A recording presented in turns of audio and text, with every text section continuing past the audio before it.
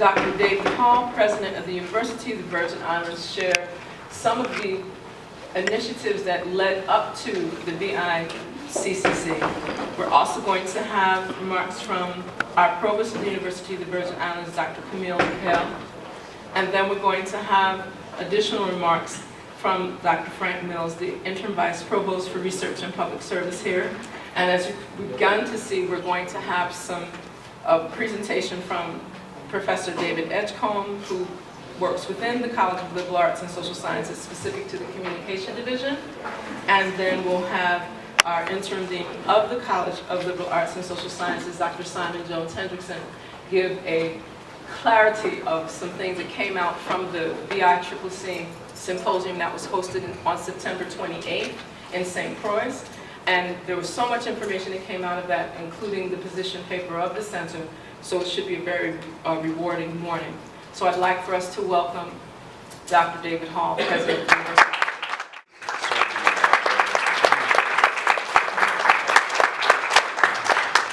Also, our Dean for the College of Liberal Arts and Social Sciences, Dean Jones-Hendrickson.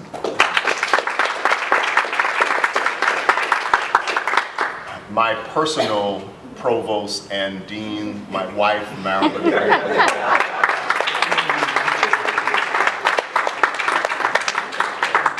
We are also delighted, and I may be the first one to be able to do this, but we are also delighted and honored to have in our midst our newly elected Senator, Myron Jackson.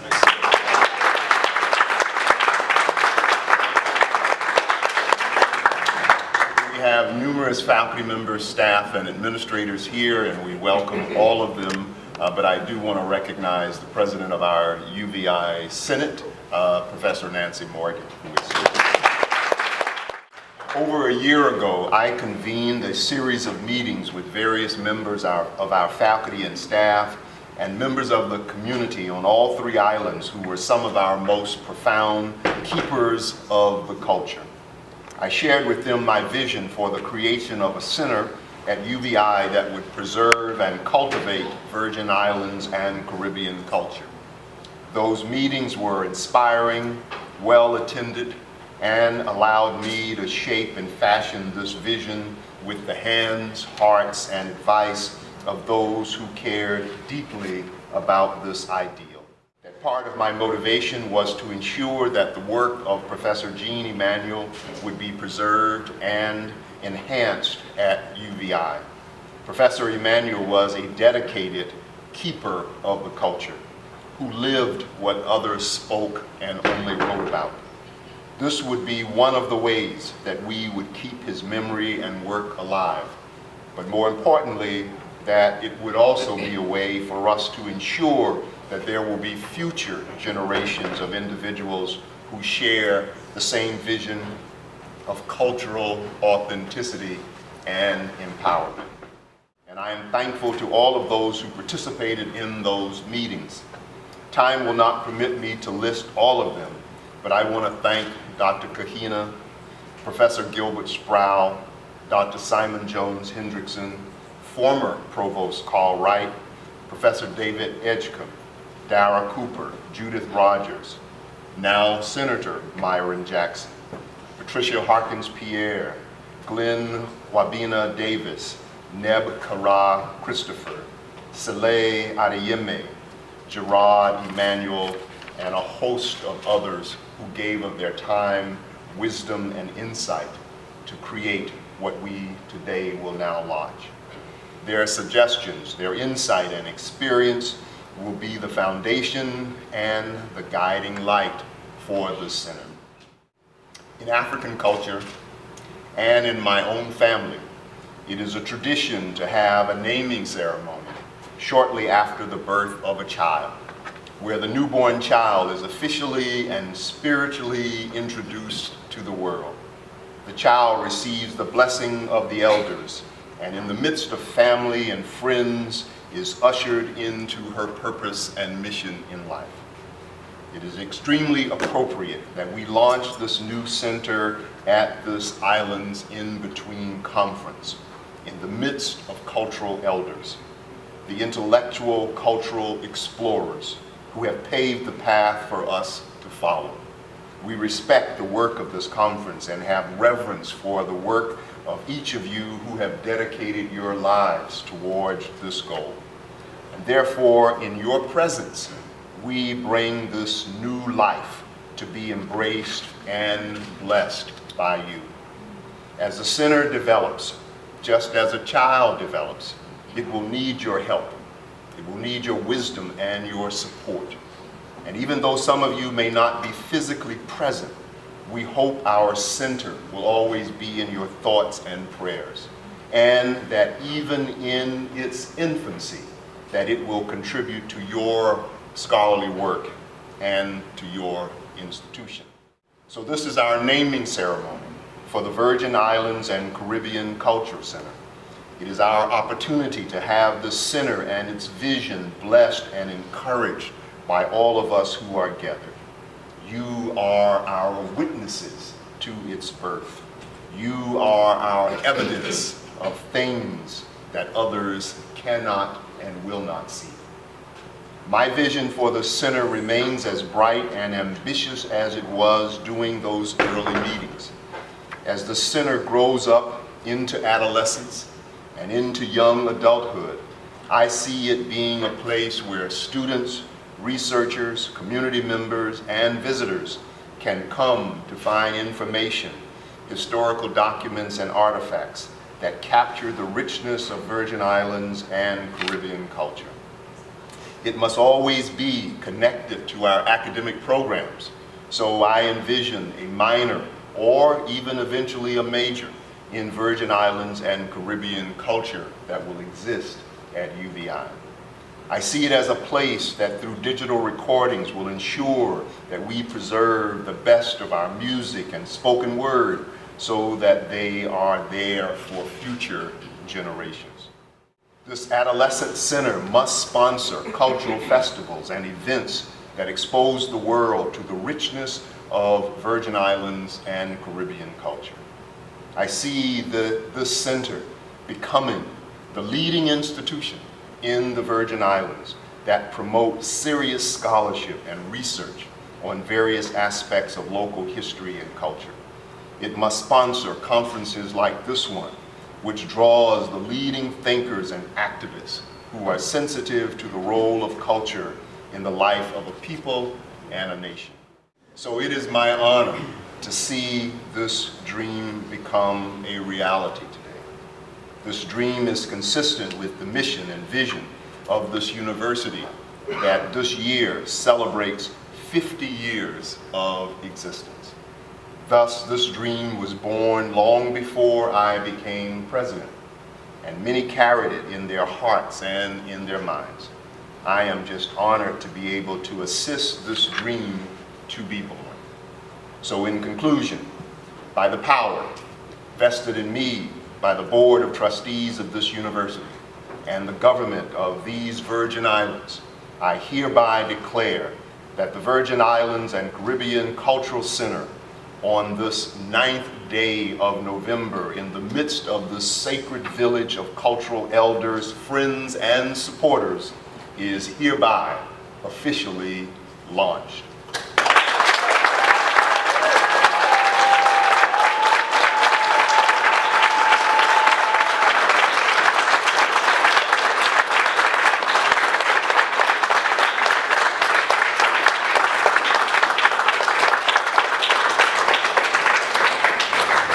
May God and our ancestors forever bless and protect this sacred endeavor.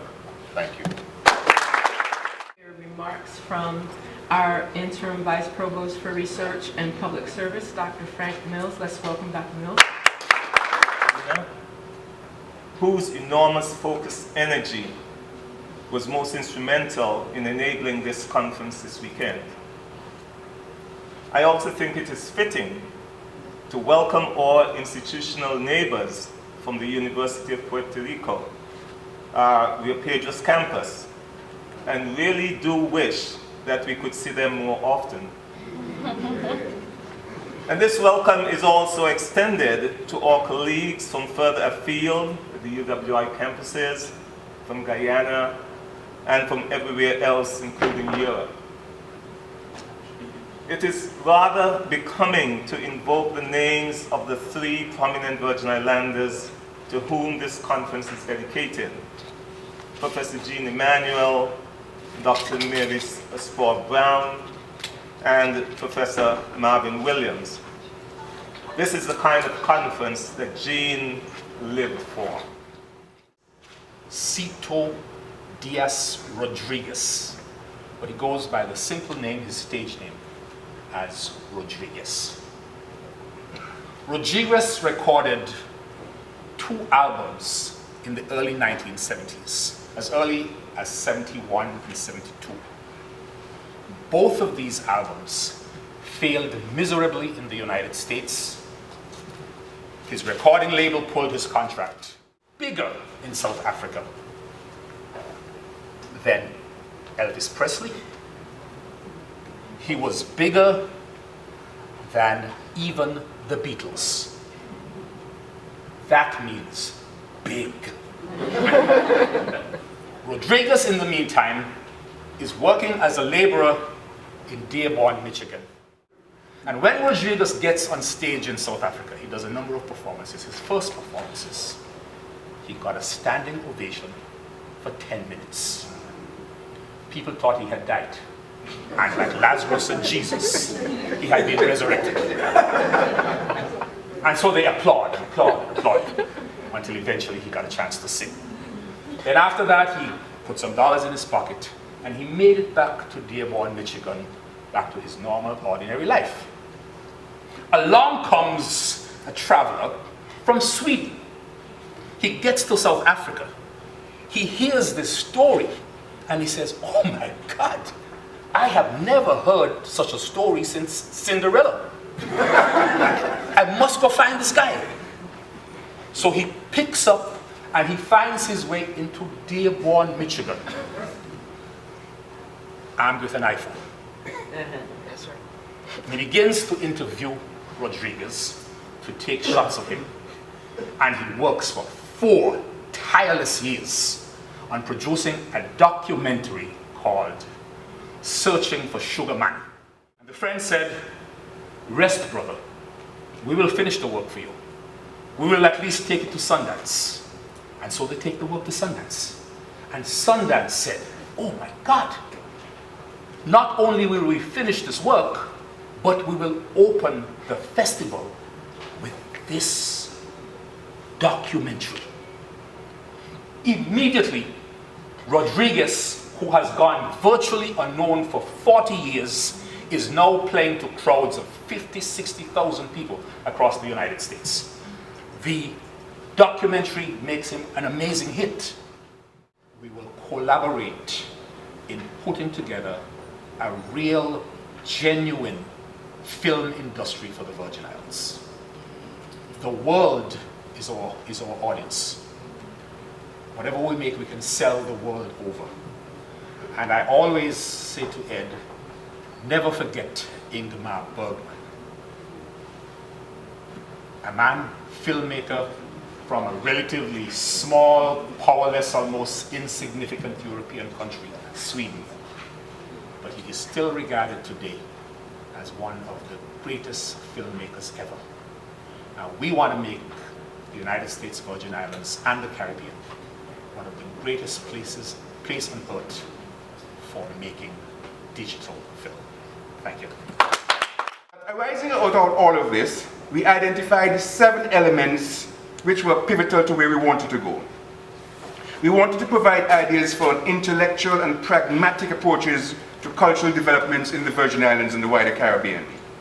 We wanted to facilitate nuggets of development for others, similarly circumstanced like those here in the VICC, or the VICCC as we call it. We want us to focus on local and regional cultural arts and economic development issues. We wanted to warehouse documents from the cultural reservoir of Virgin Islands and the wider Caribbean. We want to enable students from elsewhere to come and interface with us, and we wanted to send our students elsewhere. We wanted to have faculty and staff and friends in this cultural research and developmental space. We wanted to ensure that K through 12 was really something that we mean. In fact, we now have a P216 collaborative with the local educational system. And given the many links that we have, we wanted to tap on our friends here, there, and everywhere. And the question then, why the Virgin Islands Caribbean and Cultural Center, and why this time?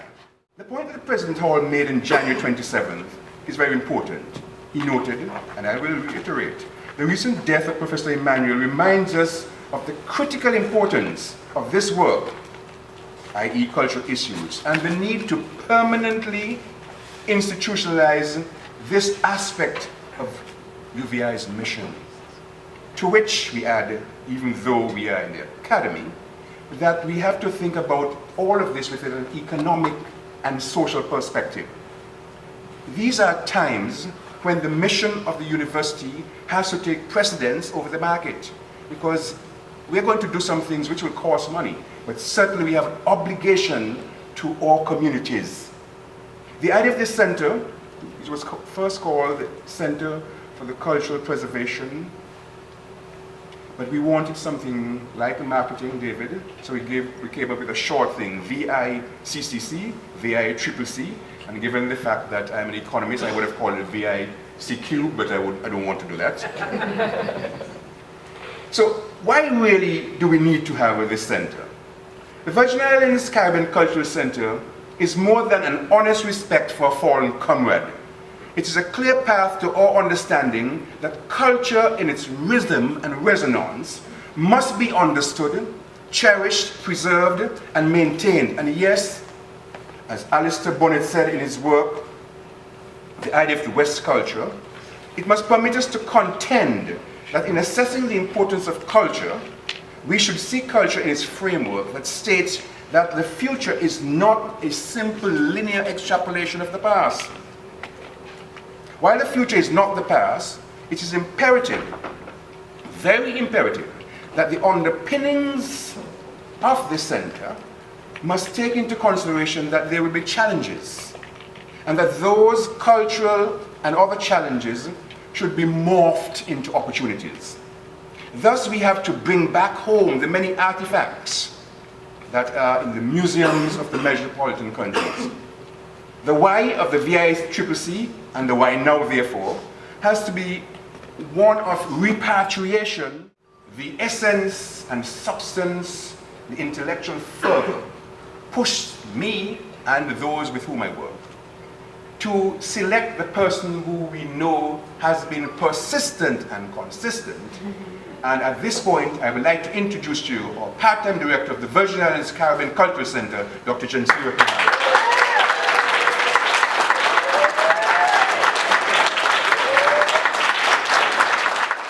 I'm really honored to be able to have that opportunity.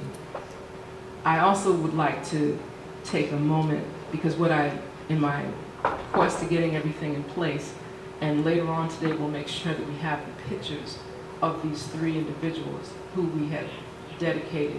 And I tend to say livicated because I don't want to make it seem like we're just dealing with the dead energy of these persons, because they're ever living.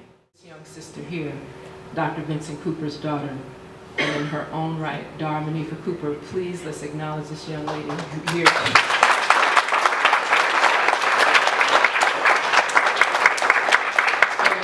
To being what I call a birth product of the University of the Virgin Islands, growing up in the faculty housing with her parents from virtually birth. She also works with the University of the Virgin Islands Cooperative Extension Service and has provided an instrumental amount of work above and beyond with her three children, with her all of the time, in a way that is just phenomenal. She has also been an instrumental person with the Sankofa Saturdays Youth Cultural Enrichment Initiative, which has been a reinstitution of having our children learn their culture, live their culture, embrace their culture all the time, like all the time. And some of those programs have been embraced significantly here and housed and actually experimented on within the University of the Virgin Islands as well as the community in our group. I just wanted to say that I'm really honored by the opportunity. I'm looking forward to being able to implement. They gave a nice list of things. You heard the 7 points. So we're going to be working very, very diligently to make that happen in a very powerful way, using all forms of strategic planning, organizational management skills that are in harmony with this Pathways to Greatness vision of the University of the Virgin Islands, of which you're an integral part. So for that, I say thank you very, very much.